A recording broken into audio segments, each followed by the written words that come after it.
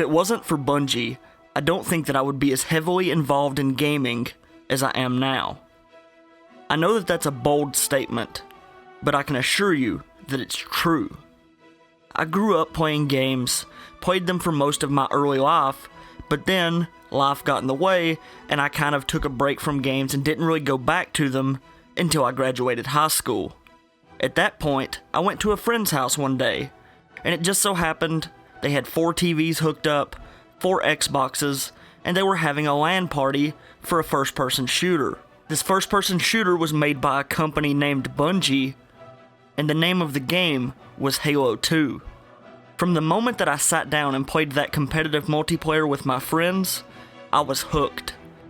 This company, Bungie, and their game really reignited my love for gaming, and Bungie is responsible for the existence of this channel, as well as my current position covering games in general. And I thought it would be a good idea for us to take a look at the history of this company responsible for so many games that we all very much enjoy. My name is CodySCM, and welcome to the History of Bungie.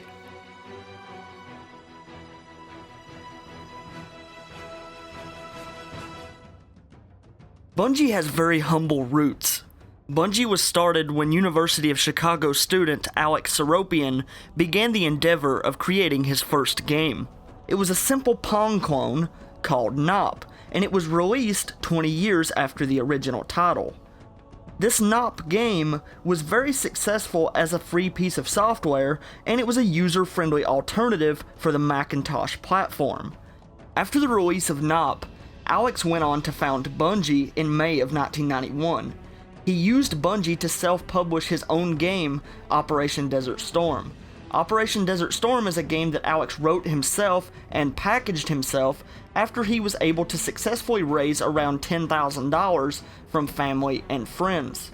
Operation Desert Storm went on to sell about 2,500 units, and after the release, Alex reached out to fellow University of Chicago student Jason Jones about potentially publishing a game that Jones was currently working on called Minotaur. After the release of Minotaur, Bungie went on to begin work on a brand new IP, an adventure title known as Pathways into Darkness. Pathways into Darkness was a huge financial success for Bungie, and the amount of money that they made off of sales allowed them to actually get out of the basement that they had been previously working on games in and get an above-ground office as well as hire additional staff. After the success of Pathways into Darkness, Bungie set their sights higher than ever before. Bungie began work on a new title called Marathon, which was a sci-fi first-person shooter that ended up being the Mac alternative to the highly successful and critically acclaimed Doom. Marathon went on to be a huge success for Bungie as well as the Mac platform, and it was one of the first first-person shooters to really be effective in using atmosphere and environment to tell a story all on its own. Marathon received an additional 2 sequels, and then after that chapter of Bungie's life was closed, it was time to move on to a new genre. Bungie was ready to do something different for their fans, and what they did was pretty unexpected to say the least. While Bungie's fanbase expected another first-person shooter, they instead were treated to a gorgeous real-time tactical game called Myth: The Fallen Lords. Myth was Bungie's first simultaneous release on the Macintosh and PC platforms, and it caused a little bit of dissension among their most hardcore fans, as Bungie historically had been known as a great Mac developer. Not only did Myth truly cement Bungie as a multi-platform developer, it also marked the launch of one of Bungie's most famous tools, Bungie.net. Bungie.net launched 1 month prior to the release of Myth: Lords of the Fallen on October 14th, 1997. Bungie.net was designed to really streamline and optimize the online play for Myth by combining the ease of a web browser with all of the online capable options of the game. After the release of Myth, Bungie announced that they were working on a sequel as well as a brand new game titled Oni. And it turns out that Myth 2 had one of the most notorious game-breaking bugs in gaming, and it almost spelled disaster for Bungie as we know it. After all of the manufacturing had been completed on Myth 2, but prior to it releasing in stores, it was discovered that the CD uninstaller for Myth 2 had a very serious issue.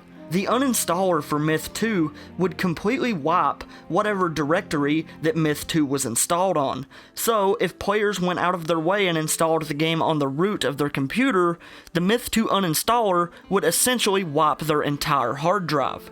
Thankfully, Bungie's marketing department found this bug, and Bungie employees actually went to the factory, ripped open the boxes, replaced the CDs with new CDs that no longer contained this uninstaller bug, but it took a huge toll financially on Bungie as a company. This mistake cost Bungie around $1 million, which is a huge sum of money, especially considering that they were an independent developer. This actually caused Bungie to sell a small stake of their company to Take-Two Interactive. During the development of Myth 2 and Oni, there was a third, secret project being developed at Bungie under codename Blam. You may know this game as Halo. Halo began its life as a spiritual successor to the Myth series in that it was a real-time tactical game, but it was based in a sci-fi universe.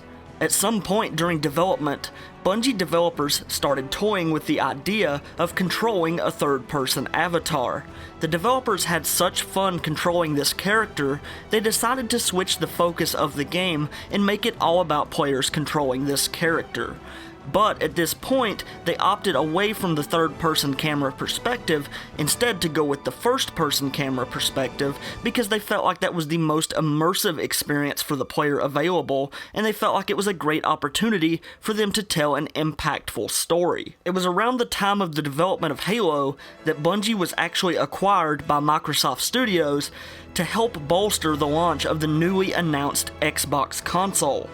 Halo Combat Evolved launched on November 15, 2001, to coincide with the release of Microsoft's first console, the Xbox.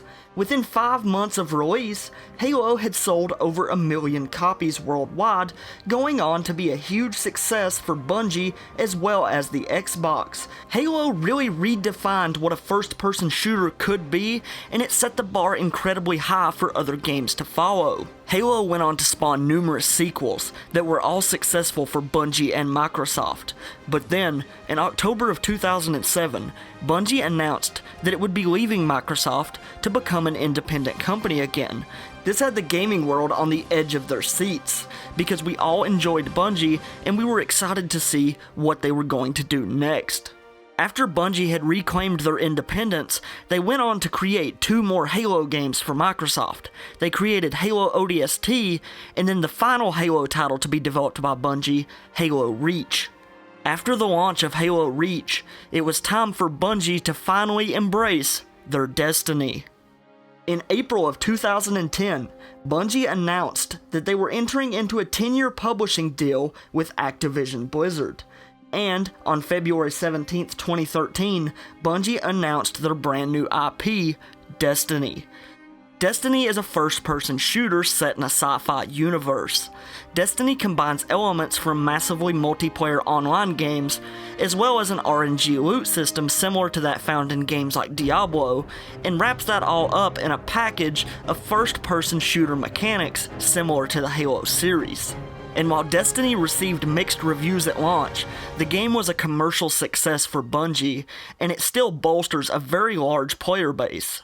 Combining that with the fact that Destiny is set to receive a new DLC in September of this year, as well as a full-fledged sequel being developed for release in 2017, Bungie shows no signs of slowing down. So that about wraps up the history of Bungie. I want to thank you guys for watching this video. If you enjoyed it, and you could be so kind as to leave a like on this video, I would greatly appreciate it.